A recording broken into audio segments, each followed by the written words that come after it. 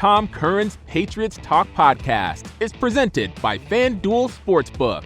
Make every moment more. Hey, what's up, everybody? Welcome into Tom Curran's Patriots Talk podcast. It's a Tuesday. We have a preseason game on Thursday. We're going to get into a little checkpoint check on where the Patriots are right now with an interesting quote from Bailey Zappe. Additionally, what are we looking for Thursday night in terms of player deployment?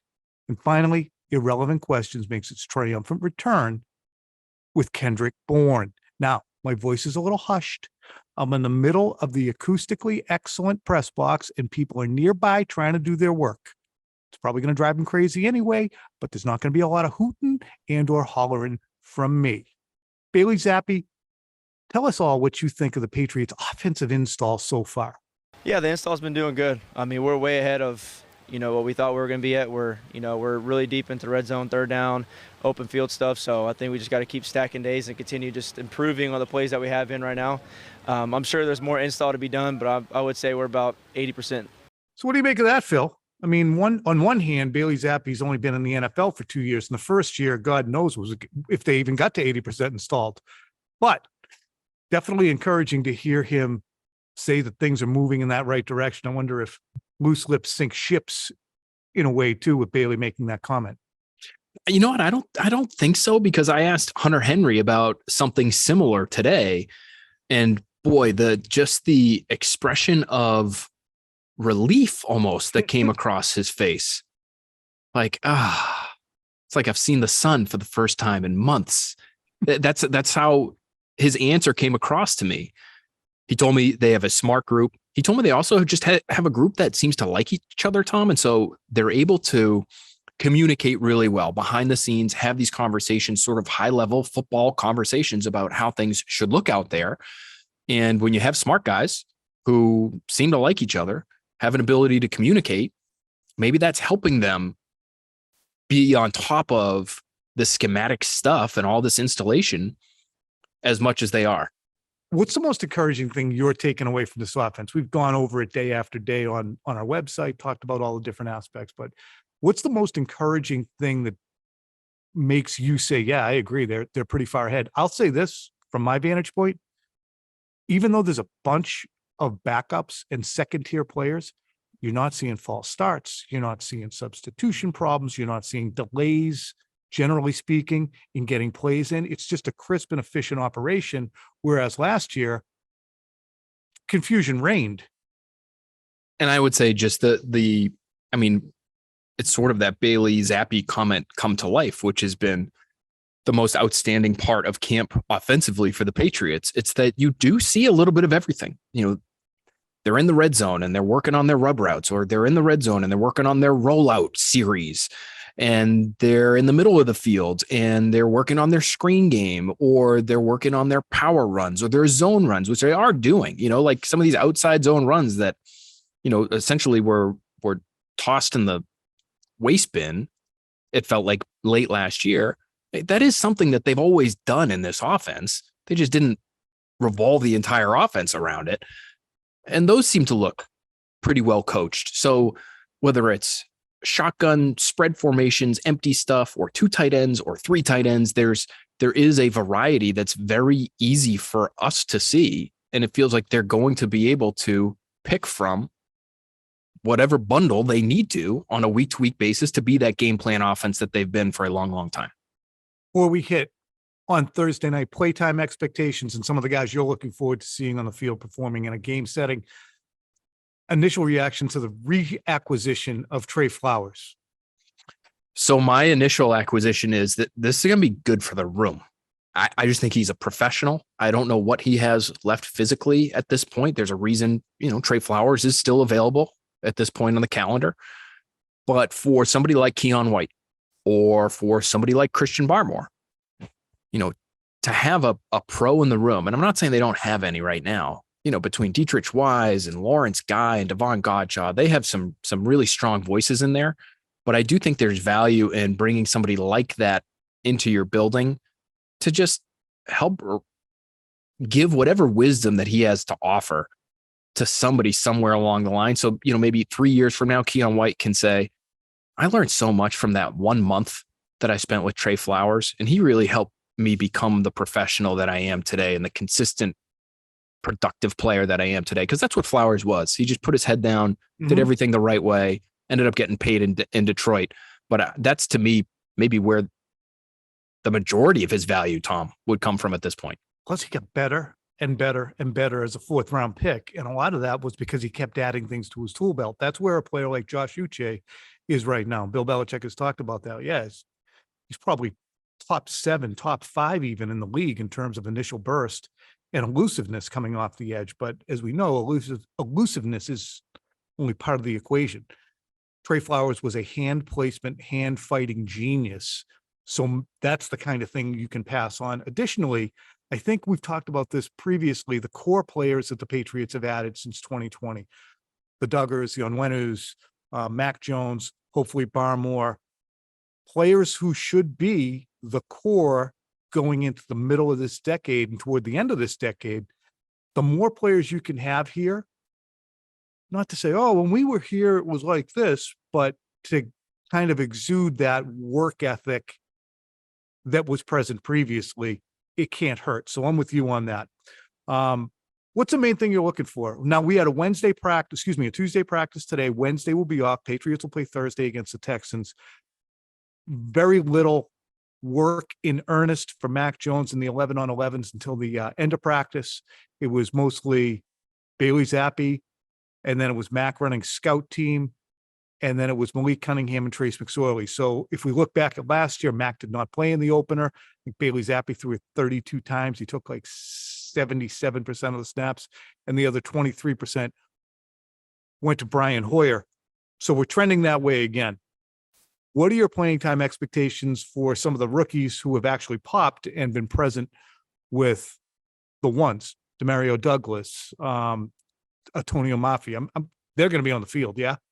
I would think so. Yep, that's my expectation. And I'm wondering, Tom, if there's any chicanery going on with the reps, going on with the snaps, going on with the targets from Bill Belichick's standpoint, because how much of these guys do you want the rest of the league to see? You may have to play Pop Douglas or Kayshon Boutte, who I think has really come on strong the last week or so. You know, you've got to play them probably just because of the numbers game of it, but you don't have to target them 12 times. You know, but if you think these guys Christian Wilkerson workout. Remember how they didn't play Corey Bojorquez for an entire preseason, the punter? I think because they were trying to stash him. You know, I remember Braxton Berrios, I think something similar happened with him where, you know, there was maybe an injury, maybe not. And like the third preseason game, his first year here, ends up getting released. And I believe he was claimed on waivers. So by the Jets. That's part of the game this time of year. So how much of these guys do we actually get to see? The rookie receiver who you haven't mentioned that I am excited to see, I think we could see a lot of him, Tom, and I'm hoping we see him both at receiver and at quarterback, is Malik Cunningham. I talked to his collegiate offensive coordinator at Louisville last year, Lance Taylor. He's now the head coach at Western Michigan. All kinds of good things to say about Malik Cunningham. Taylor was on the Panthers staff with Cam Newton. And listen, for a team that is, I think, lacking a little bit in terms of playmakers, guys that you can just get the ball to and something fun is going to happen. Malik Cunningham, to me, has some of that potential, and his coach, Taylor, spoke to that. So that's a guy that I think could end up sort of winning the night. So, you know, one of the preseason. Detail his Tuesday workload, because he's working as a conversion player right now, kind of transitioning to wide receiver, but his Tuesday workload had him under center a ton. It did. You know, he was mixing in where it looked like they were really doing some true game prep for this preseason game, and they do some of that during training camp, believe it or not. You know, he was in there 11-on-11s, mixing in right behind Bailey Zappe at one point. And then later in the practice, he got a number of reps consecutively, including, you know, made 5 throws and hit on 4 of them. And it wasn't like he was pushing it down the field, but it looked like they were getting him ready to play on Thursday. So for a guy who's not in the red non-contact jersey, because he has been playing primarily receiver, really didn't play quarterback for the better part of the last, 3 weeks. it feels like this is something they want to test out. They want to see how he can do. So he's the ultimate Bill Belichick kind of player, Tom, right? I mean, if he can actually contribute as a receiver, maybe as a quarterback, maybe they find a role for him on special teams. I mean, I think Belichick would love to have that guy in the roster. It'll be fascinating because it's going to make the fourth quarter fun to watch. Kicking competition also has my interest peaked. Chad Ryland banged through another 2 kicks today. The rookie has been really pretty friggin' good. I think you give him the opportunity basically to just win the thing, Tom, right? Like, it wouldn't surprise me if we didn't see Nick Folk at all. Like, you know what Nick Folk is. Mm-hmm. But can Ryland be consistent the way they need him to be? So you get him out there, have him kick a 45-yarder, have him kick a 50-yarder, and just see what happens, see how he handles it. And if he goes 3 for 4, 3 for 3, 4 for 5, in these preseason games and he looks fine, then it's going to be his job. But if you end up with like an 0 for 4 night, then you've got issues and you might want to keep that veteran around. Yeah, you don't want to hit the bull. You don't want to hit the bull, Chad. Hey, football season is about to kick off and FanDuel is giving you the chance to win all season long because right now, when you bet on a Super Bowl winner, you can get bonus bets every time that team wins in the regular season. Just pick any team to win the Super Bowl and you'll get bonus bets for every victory. You can use bonus bets on spreads, player props, over-unders, and more. So visit FanDuel.com/NSBO and start earning bonus bets with America's #1 sportsbook. That's FanDuel.com/NSBO.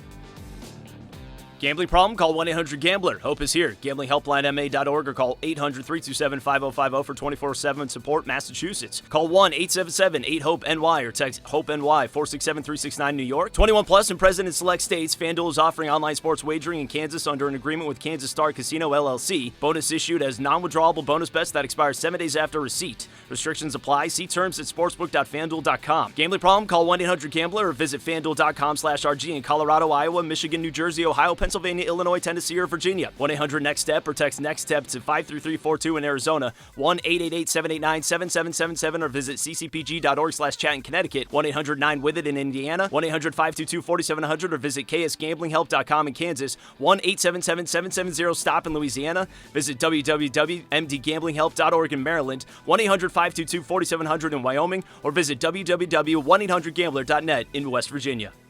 All right, you know what? I got to get up to Needham, folks. I'm in Foxborough right now. Got to get to Needham in about 20 minutes. Get ourselves ready for Quick Slants. 14th season of Quick Slants is upon us. So I got to get up there. All right, I know it's and Phil will be on with us. Of course, we'll have early edition Boston Sports tonight. Phil's Next Pat's podcast talking to the OC, Lance Taylor, head coach, Western Michigan. The OC from Louisville, from Malik Cunningham. Hey, Kendrick Bourne talked to us for irrelevant questions, and as you might expect, he was giddy. Listen to his answer about the Mariana Trench. Oh, don't forget, too, Irrelevant Questions is presented by FanDuel Sportsbook. Make every moment more.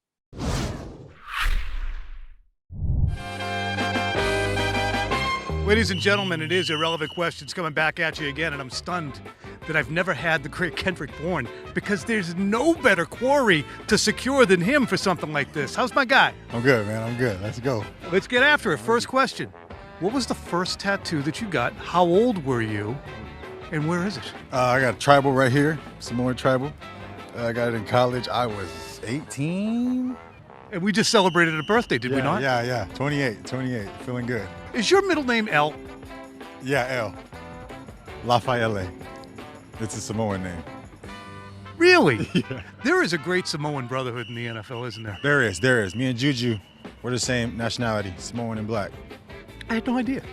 Do you have any clothing superstitions to wear on the field? Is it like an old pair of shoulder pads, an undershirt that you got to wear? Any of that foolishness? Yeah, I'm kind of in between socks, ankle socks, no shows. I don't really like crew socks. See, no shows are good. Got them, yeah. But I don't really like them going too high. Let my legs breathe. Yeah. Most questionable purchase that you've made since being in the NFL? Wow. I bought a Bentley. I don't think I really needed it, but. What color? Black. Black on black. Still have it? Yeah, I still got it. If you had to have your name abbreviated to one thing or another, would you rather have it be Drick or Kenny? Definitely Drake. I don't think I've ever heard Drake. We'll go with I'm Drake. changing my name. Take the I to CK off and put a P at the end of it. Kendrick. Oh, that's going to catch on. This is something I like to do. It's a portion of the program. It's called, hey, what's your number? And it's related to the number that you wear. Is this the one that you would prefer to have? Does it have any meaning to you? Yeah. I used to wear number 11 in college, but I got this number. I changed. Jimmy Garoppolo was my quarterback. I had number 10, and then I switched to number 84. So now it's just, this is my number. And I was born 84-95. All right, last question. True or false? Mount Everest could fit inside the Mariana Trench. True. Correct. That was a wild guess. Mariana Trench I is didn't even know what you were talking about. it's 1.2 miles deeper, the Mariana Trench is, than Mount Everest is high. Wow. I want to climb Mount Everest. Climb every day, guys. Keep climbing. Keep climbing.